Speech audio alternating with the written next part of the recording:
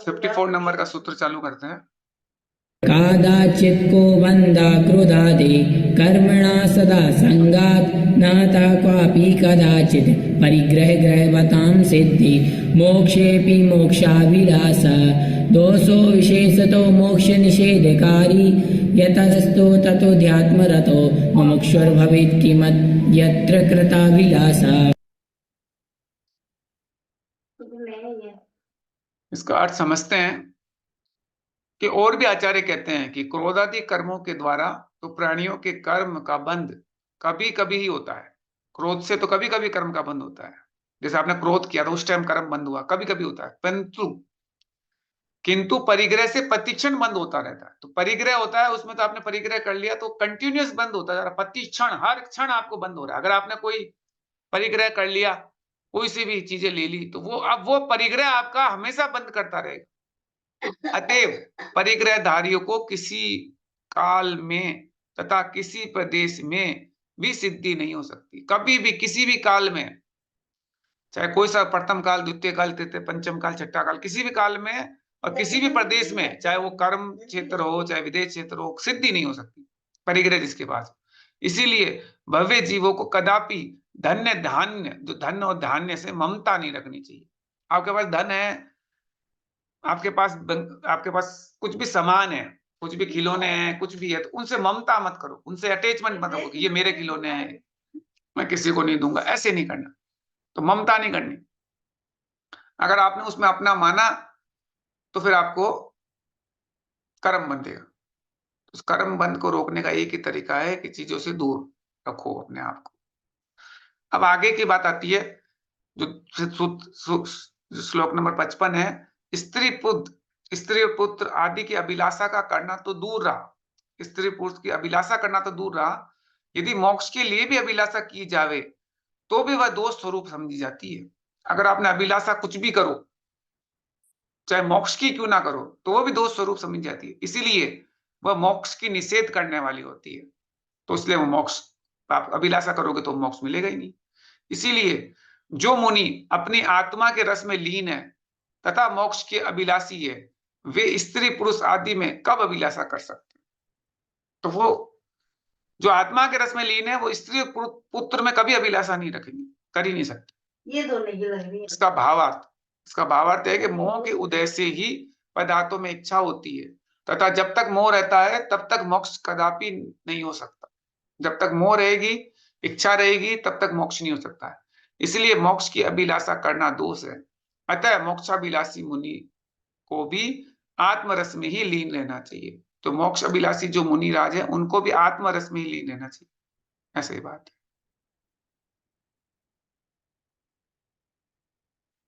पापा ये सब कहाँ गए? अब उसके बाद जो सूत्र नंबर 56 आता है, उसको सुनते हैं। 56 नंबर वाले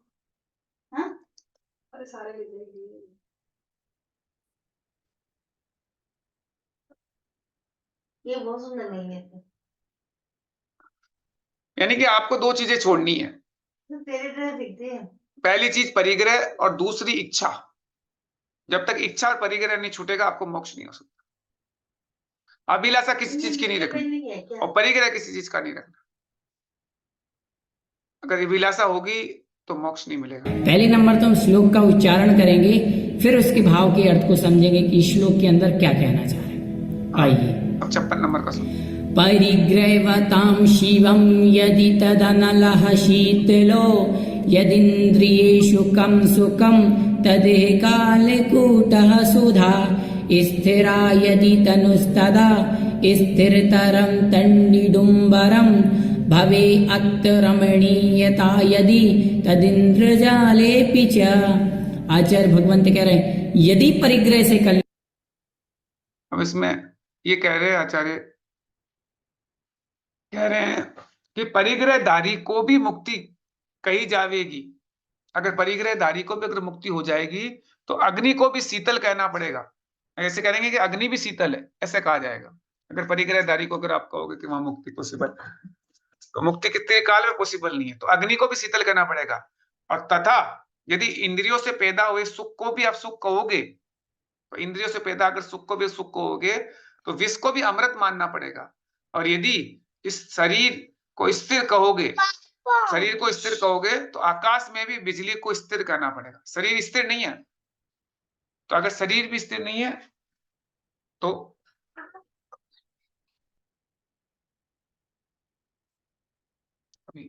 तो शरीर को भी स्थिर कहोगे तो आकाश में भी बिजली को स्थिर करना पड़ेगा।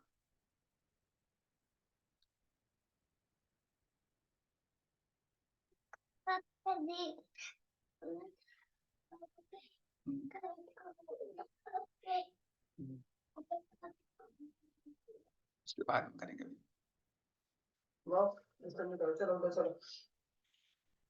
आकाश में बिजली को स्थिर करना पड़ेगा अगर शरीर को स्थिर कहोगे, तथा संसार में रमणीयता कहोगे तो इंद्रजाल में भी रमणीयता कहनी पड़ेगी।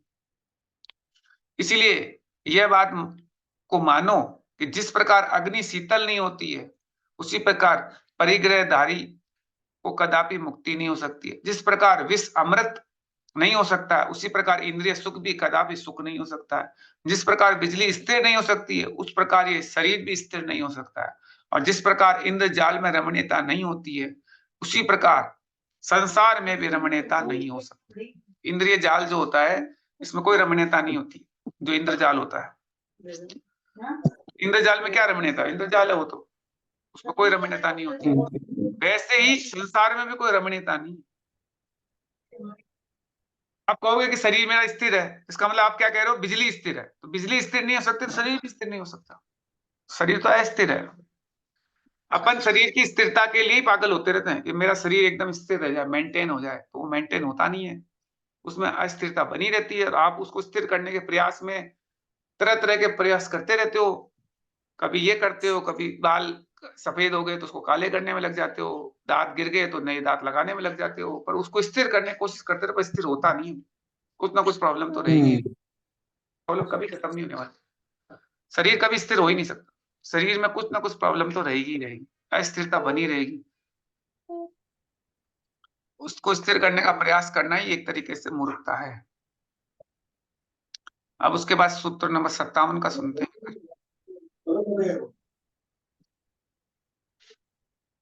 को क्या कर देना चाहिए? परिग्रह का त्याग कर देना चाहिए। अब आगे के छंद में और क्या कह रहे हैं?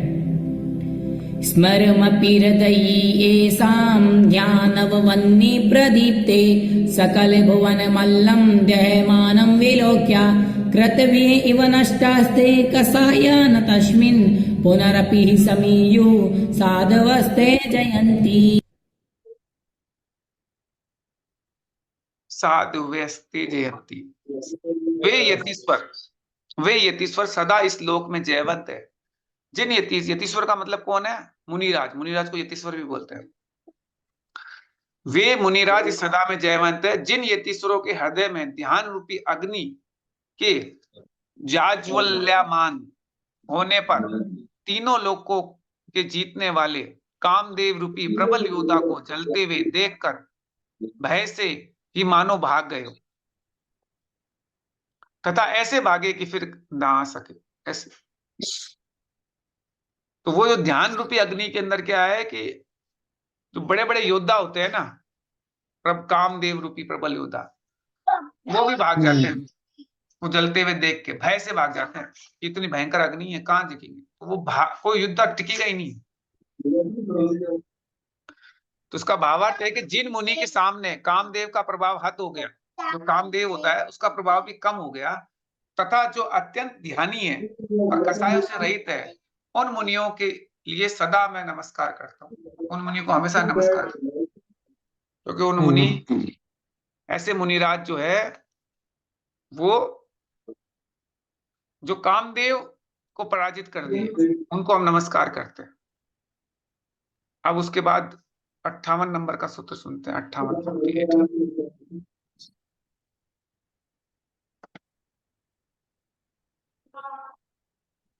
इसको भी समझेंगे। अनर्घ्यरत्नत्रय संपदोऽपि निर्ग्रन्थाय पद्मद्वितीयम् अपि प्रशान्ता स्मरवैरिद्ध्वा वैधव्यास्ते गुरवो नमस्त्याः। इसमें अर्थ इसका ये है 58 नंबर वाले का कि अमूल्य रत्न, जो रत्नतय रूपी, अमूल्य रत्नतय रूपी संपत्ति के धारी होकर भी जो निर्गत पद के धारक है तथा शांत मुद्रा के धारी होने पर भी जो कामदेव रूपी वेदी को विधवा करने वाले हैं, ऐसे वे उत्तम गुरु सदा नमस्कार के योग्य। अब इसमें क्या इसका भावार्थ ये कहना चाह रहे हैं, इस श्लोक में विरोधाभास नामक अलंकार है, विरोधाभास का अलंकार लग रहा है, इसलिए आचार्य विरोधाभास को क्या विरोधाभास दिखाते हैं कि जिसके अमूल्य रत्नतय मौजूद है वह परिग्रह से सहित कैसे हो सकते हैं। उनके पास अमूल्य रत्नतय है तो परिग्रह नहीं हो सकता उनके। और जो शांत है वह कामदेव की स्त्री को विधवा कैसे बना सकते हैं, तो कामदेव की स्त्री को कैसे विधवा बना सकते। इसीलिए ऐसे चमत्कारी गुरु सदा वंदनीय ही रहते हैं। यानी कि गुरु के बारे में बता रहे हैं कि वो जो गुरु है वो कामदेव को पराजित कर देते हैं और परिग्रह रखते नहीं है, ऐसे गुरुदेव। अब उसका सारांश है इस पूरी चीज का कि जो रत्नतय के धारी निर्गंत है, शांत मुद्रा के धारक है तथा कामदेव को जीतने वाले हैं, उन मुनि को सदा में मस्तक झुका करना बस। अब यहाँ पे अब इसके बाद इन्होंने गुरु की सारी बात होगी, अब आचार्य परमिष्टि की स्तुति चालू होती है यहाँ से। ये सूत्र नंबर में 59 में आचार्य परमिष्टि की स्तुति चालू होगी। इसमें 59 नंबर वाले आचार्य परमिष्टि कैसे होते हैं। अभी तक अपन ने मुनि का स्वरूप देखा कि मुनि कैसे होते हैं, तो मुनि के बाद देखने के बाद में अब आचार्य परमिष्टि कैसे होते हैं उसके बारे में बता रहे। आचार्य किनको कहेंगे? तो यहाँ पर प्रश्न उठा कि पंचाचार कौन कौन से 5 होते हैं मुनि के, उसी प्रश्न के उत्तर के लिए आचार्य भगवती श्लोक कह रहे हैं। तो पहले श्लोक का उच्चारण फिर उसका अर्थ। ये स्वाचार्यमपारे सौख्य सुरतो बीजं परं पंचधा सद्बोधा स्वयमाचरन्ति च परा नाचार्यन्तेव च ग्रन्था ग्रन्थि विमुक्त पदवी प्राप्तास्य यैः प्राप्तितः ते रत्नात्रये धारिणः शिवेशोकम् कुर्वन्तु नः शूरयः कुर्वन्तु न सूर्यः, वो शिव सुखम कुर्वन्तु न सूर्यः। अब आचार्य परमेष्टि के लिए कहते हैं, जो सत्य ज्ञान के धारक आचार्य अपार सौख्य रूपी वृक्ष उसको उत्पन्न करने वाले 5 प्रकार के आचार को स्वयं आचरण करते हैं, पंचाचार का पालन स्वयं करते हैं, आचरण करते हैं तथा दूसरों को आचरण कराते हैं, तथा जहां पर किसी भी प्रकार के परिग्रह का लेस नहीं, कोई भी तरह का परिग्रह नहीं, ऐसी मुक्ति को स्वयं जाते हैं। ऐसे जहां परिग्रह का लेस नहीं, ऐसी मुक्ति को स्वयं जाते हैं और दूसरों को पहुंचाते हैं। ऐसी मुक्ति में वो खुद भी जाते हैं, दूसरों को पहुंचाते हैं। इसलिए इस प्रकार निर्मल रत्नतय के धारी आचार्य वर हमारे लिए मोक्ष सुख को प्रदान करे। हाँ, वो कहते हैं ना कुर्वन्तु तु मंगलम, तो ये कुर्वन्तु न सूर्य, वही मतलब है कि ये हमको मोक्ष सुख को प्रदान करे। कौन प्रदान करे? आचार्य, जो पंचाचार का खुद भी पालन करते हैं और लोगों से और बाकी अपने शिष्यों से भी करवाते हैं। आचार्य उन्हीं को बोलते हैं। फिर ये 60 नंबर वाला सूत्र आता है 60।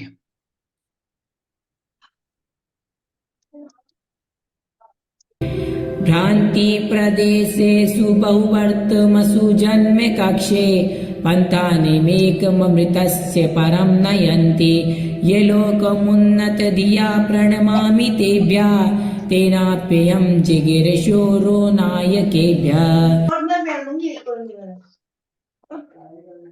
इसका अर्थ यह है, इस संसार में भ्रम को उत्पन्न कराने वाले अनेक मार्ग से जो गुरु लोक को सुख देने वाले एक मोक्ष मार्ग को ले जाते हैं, सुख देने वाले एक मोक्ष मार्ग की ओर ले जाते हैं, तथा स्वयं उच्च ज्ञान के धारक है, ऐसे उन श्रेष्ठ गुरु को उसी मार्ग में जाने की इच्छा करने वाला मैं भी मस्तक झुकाकर नमस्कार करता हूं। ऐसे है। तो जो इस संसार में भ्रम उत्पन्न करने वाले अनेक मार्ग है अपने पास, संसार में कई सारे मार्ग है जो आपको भ्रम पैदा कर जाते हैं, उनमें से गुरु लोक के सुख को देने वाले ऐसे मोक्ष मार्ग की तरफ ले जाते हैं। तो अब आपको कई भटकाने वाले खूब लोग मिल जाएंगे जो कि ये कर लो, वो कर लो, ऐसा ये रास्ता अच्छा है, यहाँ से कमाई ज्यादा हो जाएगी, यहाँ से ये हो जाएगा, यहाँ आपको ये प्रॉफिट हो जाएगा, खूब चीजें आपको बताने वाले मिल जाएंगे। इस आप ऐसे कर लो, वैसे कर लो, ये आप वास्तु का ये करा लो, वो करा लो, कई सारे मिल जाएंगे। इस आप ये मंत्र कर लेते हैं, ये मंत्र आप घर में लगा लो, ये ताबीज पहन लो, और ये कर लो, वो कर लो, ऐसे जो संसार में भटकाने वाले गुरु कोई मिल जाएंगे, लेकिन उसमें से निकाल के वो एक मोक्ष मार्ग पे ले जाने वाले ये आचार्य होते हैं जो स्वयं उच्च ज्ञान के धारक है, खुद बड़े उच्च ज्ञान के धारक है, और उसी मार्ग में जाने की इच्छा करने वाला मैं भी उनको मस्तक झुका के नमस्कार करता हूँ। ये चीज समझने वाली बात है कि अपन को किनको मस्तक झुकाना है, जो खुद मोक्ष मार्ग पे चल रहे हैं और आपको उस मोक्ष मार्ग में ले जा रहे हैं, ऐसे गुरुओं को हम नमस्कार करते हैं।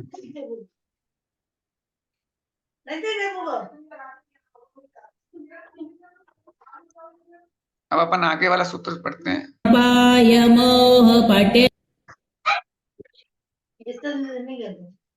जी को यहाँ पर नमस्कार किया गया है। तो आइए पहले हम श्लोक का उच्चारण करेंगे, फिर उसका अर्थ समझेंगे।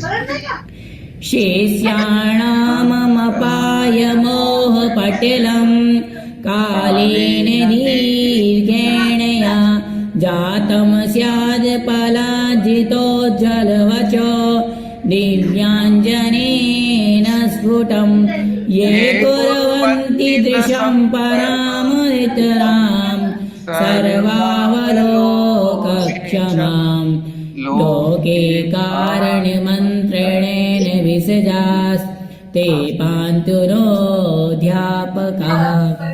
क्या कह रहे हैं कि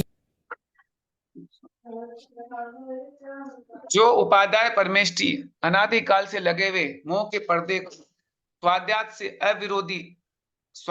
से अविरोधी ऐसे अपने उपदेश रूपी दिव्य अंजन से हटाकर शिष्यों की दृष्टि को अत्यंत निर्मल तथा स्वयं पदार्थों को देखने में समर्थ बनाते हैं, ऐसे बिना कारण के ही वेद वे उपाध्याय मेरी इस संसार में रक्षा करे।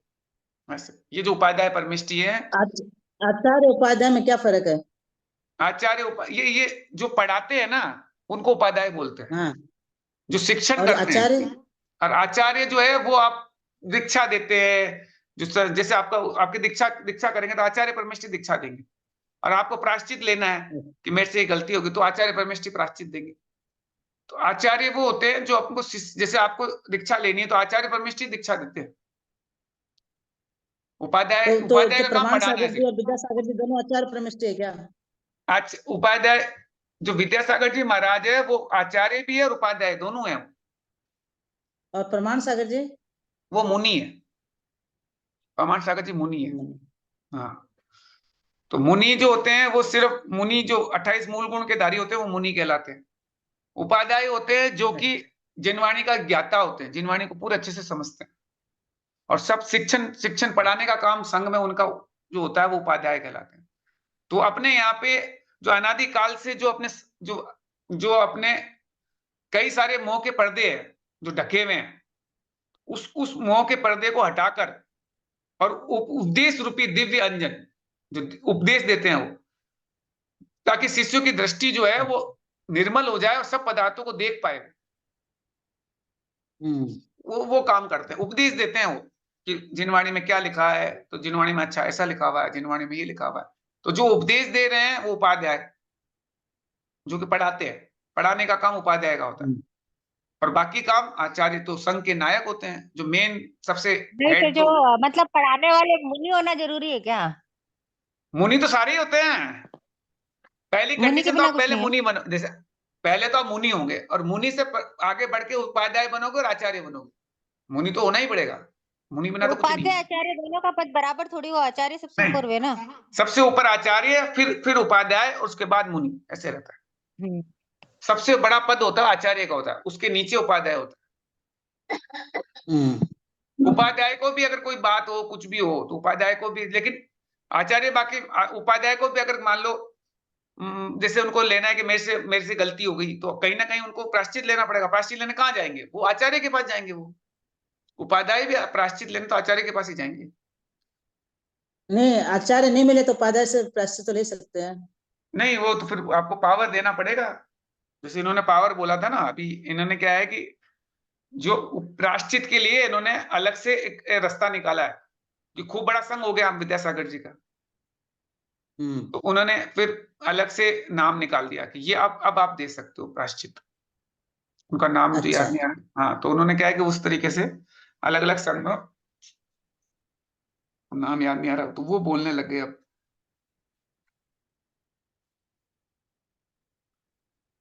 तो वो अब ये, लेकिन आचार्य के पास ही पावर होता है प्रायश्चित देने का। उपाध्याय के पास तो फिर पावर दिया जाता है, अगर दे देंगे तो फिर मिल जाएगा। अभी तो क्या है कि अब काफी लोगों को मिल गया पावर। जैसे इनको भी मिल गया है, सुधासागर जी महाराज के पास भी है प्रायश्चित देने का। निर्यापक बोलते हैं, निर्यापक। तो निर्यापक अगर बन जाओगे ना आप, तब आप प्रायश्चित दे पाओगे। तो आचार्य अगर निरापक पद दे दें उपाध्याय को, तो फिर वो प्रायश्चित दे सकते हैं। बिना निरापक बने नहीं दे सकते। तो अभी क्या है कि विद्यासागर जी महाराज ने कम से कम 15-20 महाराज को निर्यापक बना दिया। तो वो फिर सबको आगे देते रहते हैं। उनके साथ कोई भी बात हो तो उनसे आप पूछ लो। आचार्य तो निर्यापक मुनि कहलाते, निर्यापक। निरापत्ति आचार्य आचार्य एक ही है, विद्यासागर जी। फिर कहते हैं कि बिना कारण के ही वे वेद, जो ऐसे वेद है बिना कारण के, और वे उपाध्याय मेरी संसार से रक्षा कर, बस वो वेद की तरह है और मेरे संसार में रक्षा करते हैं। अब आती साधु परमेष्टि। अब उपाध्याय के बाद अगली परमेष्टि साधु परमेष्टि, तो 62 नंबर का है। इसमें साधु परमेष्टि के बारे में बात कर।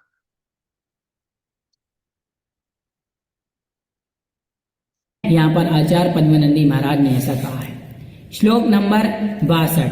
62 नंबर आता है। उन्मोच्यालय बन्धनादपि दृढात् कायेऽपि भीतस्पृहा चेत्तमोहविकल्पजालमपि यत् दुर्वेद्यमन्तस्तमः वेदाद्यस्यसि साधयन्ति तदः ज्योतिर्जितार्कं प्रभम् ये सद्बोधमयं भवन्तु भवतां ते साधवा श्रेयसे।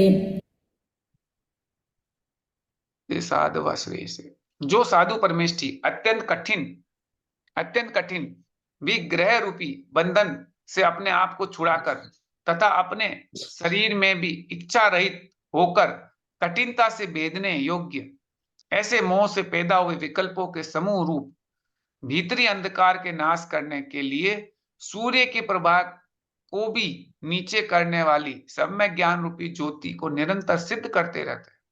ऐसे जो सूर्य के प्रभाव को भी नीचे कर देती है, ऐसे सम्यक ज्ञान रूपी ज्योति को निरंतर सिद्ध करते रहते हैं। ऐसे उन साधु परमेष्टि के लिए नमस्कार हो, अर्थात वे मेरे कल्याण के लिए होवे, कल्याण के लिए होवे। ऐसे साधु परमेष्टि जिन्होंने क्या किया, ग्रह रूपी बंधन को छुड़ा दिया और शरीर में इच्छा रहित होकर, शरीर में भी इच्छा रहित होकर ऐसे मोह को नाश कर दिया। जो मोह है ना, जो कठिनता से भेद होने वाले ऐसे मोह को पैदा करने वाले विकल्पों को खत्म कर दिया। तो ये ऐसे साधु परमेष्टि होते हैं। तो इन साधु परमिष्टि को भी नमस्कार करते हैं। अब उसके बाद आता है वीतराग की महिमा का वर्णन। जो वीतराग जो होते हैं उनकी महिमा का वर्णन बता रहे हैं। जो वीतराग मुनि होते हैं इनकी सबकी महिमा क्या होती है, तो वो मुनि की महिमा आगे चल रही है। ये 63 नंबर का आता है जिसमें वीतराग की महिमा आ रही है। अपनी आत्म कल्याण में नित्य ही लीन रहते हैं। आज हम अभी एक श्लोक और पढ़ेंगे, ठीक है। वज्रे पपत्यपि भयाद्रुमगेश्वलोका मुक्त्वा ध्वनि प्रशमिनो न चलन्ति योगा बोधत् प्रदीपहितमोहमहान्धकार सम्यक् दृशा किमुत शेष परिषहेतु। परिसेहेसु इसका अर्थ यह है कि जिस वज्र शब्द के भय से चकित होकर समस्त लोक मार्ग को छोड़ देते हैं, ऐसे वज्र के गिरने पर भी जो शांतात्मा मुनि ध्यान से कुछ भी विचलित नहीं होते हैं, तथा जिन्होंने सम्यक ज्ञान रूपी दीपक से समस्त मोह अंधकार को नाश कर दिया और जो सम्यक दर्शन के धारी है, वे मुनि परिसय के जीतने में कब चलायमान हो सकते हैं, अर्थात परिसय उनका कुछ भी नहीं बिगाड़ सकते। ऐसे जो वज्र भी अगर गिर जाए ना उनके ऊपर, तो भी उनके ध्यान को डिस्टर्ब नहीं कर पाते। ऐसे परिसय सहने वाले होते हैं, तो उनको कुछ भी नहीं बिगड़ता। उनका सम्यक दर्शन के धारी है और सम्यक ज्ञान रूपी दीपक है इनके पास, जिन्होंने सारे मोह अंधकार को नष्ट कर दिए। तो सबसे पहले सम्यक दर्शन, फिर सम्यक ज्ञान और फिर सम्यक चारित्र, तो ये तीनों के धारी हैं, भरतनत्रय के धारी। तो वो कह रहे हैं कि इतना मजबूत का परिसय होता है कि कोई भी चीज उनको चलायमान नहीं कर सकती। ठीक है, एकदम मजबूती से खड़े रहते हैं। ऐसे सम्यक दर्शन, सम्यक ज्ञान, सम्यक चारित्र की धारी है। अब उसके बाद आता है 64 नंबर का सूत्र आता है, उसको सुन लेते हैं। 64 नंबर।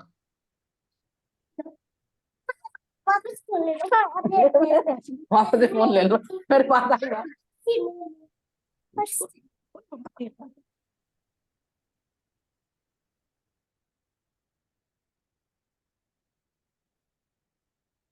अब इसके बाद अपन आगे का सूत्र पढ़ते हैं 64 नंबर का।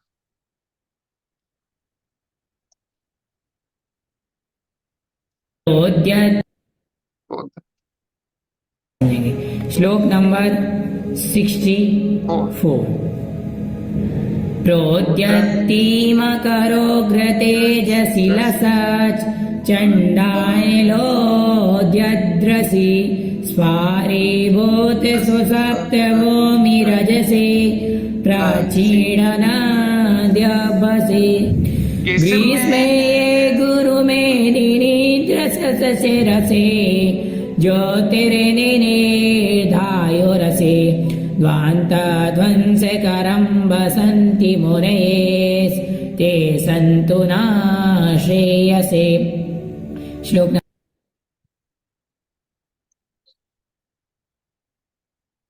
श्रेयसे। जिस ग्रीष्म ऋतु में अत्यंत तीक्ष्ण धूप पड़ती है तथा चारों दिशाओं में भयंकर लू चलती है, तथा जिस ऋतु में अत्यंत संताप को देने वाला गर्म रेत फैला हुआ है तथा नदियों का पानी सूख जाता है, ऐसे भयंकर ग्रीष्म ऋतु में जो मुनि समस्त अंधकार को नाश करने वाली सम्यक ज्ञान रूपी ज्योति को अपने मन में रखकर अत्यंत ऊंची पहाड़ी की चोटी पर निवास करते हैं, उन मुनि के लिए मेरा नमस्कार हो, अर्थात वे मुनि मेरे कल्याण के लिए होवे। यानी कि जो एकदम तेज गर्मी पड़ रही है, जिसमें चारों तरफ लू चल रही है तेज, उसमें पहाड़ पे चले गए, पहाड़ पे ज्यादा गर्मी लगती है, उस पहाड़ पे जाके वो ऊंची चोटी पे निवास कर रहे हैं, जहां पे नीचे रहना ही मुश्किल हो रहा है आपको, पहाड़ पे तो और ज्यादा गर्मी लगेगी, पहाड़ भी गर्म हो जाता है एकदम गर्मी में, फिर भी वहां जाके रह इस ऋतु में, ऐसे मुनिराज को मेरा नमस्कार। तो क्या अपने शरीर को परिसय को जीत लेते हैं लोग।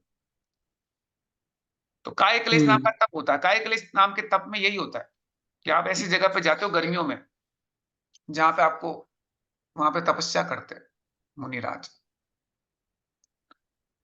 फिर 66 नंबर वाला सुनते हैं, 66 वाला।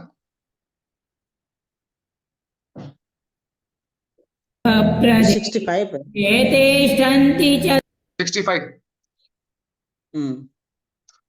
अब 65 वाला सुनते हैं।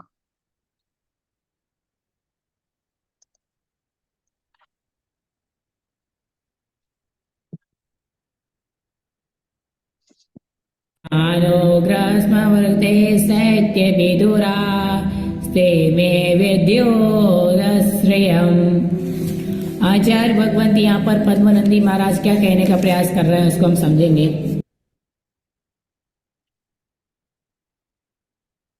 फर्क आ गया।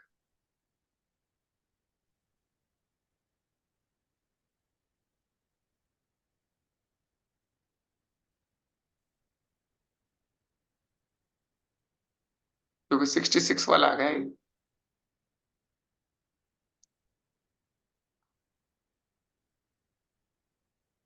सिक्सटी सिक्स वाला 65 वाले के बजाय पहले 66 वाला आ गया श्रेयम।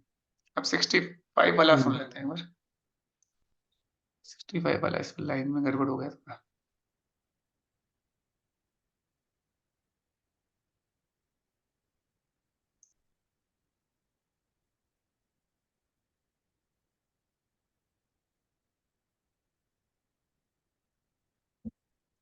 भूते स्वसप्तभूमि रजसे प्राचीननाद्यभसे ग्रीष्मे ये गुरुमेदिनीन्द्रशसे रसे ज्योतिर्निधायो रसे ध्वान्तध्वंसकरं वसन्ति मुनेस्ते सन्तु न श्रेयसे। श्लोक नंबर 63। ते वः पान्तु मुमुक्षवः क्रतुरवै शब्दैरतिश्यामलै सरस्वाद्वारिमदव्रब्धिविषया चारत्रदोषादिवा काले वज्रजले दिले पतगरे कोले दवाधुनि सङ्कुले जञ्जावाते विसन्तोले तरुतले तिष्ठन्ति ये साधवः। एक और श्लोक का उच्चारण करेंगे।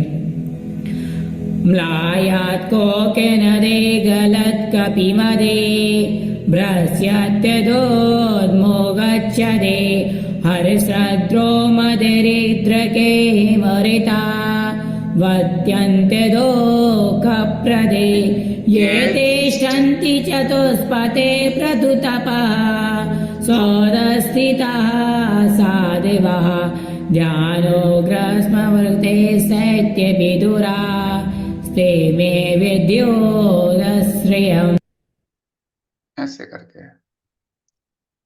अब इसमें अपने जिस वर्षा काल में काले काले मेघ भयंकर शब्द करते हैं, समुद्र के 4 दोषी मानो जहां जल बरसाते, ऐसे काल में जमीन नीचे खिसक जाती है, पर्वतों के बड़े बड़े पत्थर गिर जाते हैं, जल की भरी नदियां सब जगह दौड़ते हैं, वर्षा काल वृष्टि सहित पवन से भयंकर हो रहा है। ऐसे भयंकर वर्षा काल में मोक्ष विलासी मुनि वृक्षों के नीचे बैठ के तप करते, ऐसे वो पेड़ के नीचे बैठ के तप करे। ऐसे गर्मी के अंदर भी कि बंदरों का मद भी गल जाता है, वृक्षों के पत्ते भी जल जाते हैं, जो वस्त्र सहित दरिद्रों के शरीर पे रोमांच खड़े हो जाते हैं, और नाना प्रकार के दुख देने वाले भयंकर शीतकाल में अत्यंत तपस्वी ध्यान रूपी अग्नि से समस्त शीत को नाश करने वाले तीसों खुले मैदान में निर्भयता से निवास करते, खुले मैदान में रहता है सर्दी। ऐसे अब अपन जनवाणी स्तुति करते हैं। जावाणी जानते सुजे लोकलो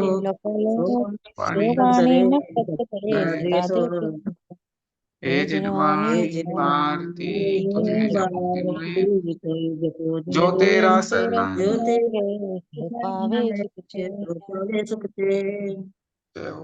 कल्पना मुझसे आ गई आज तो। आगे क्या? हाँ, अच्छा आज कल्पना मुझसे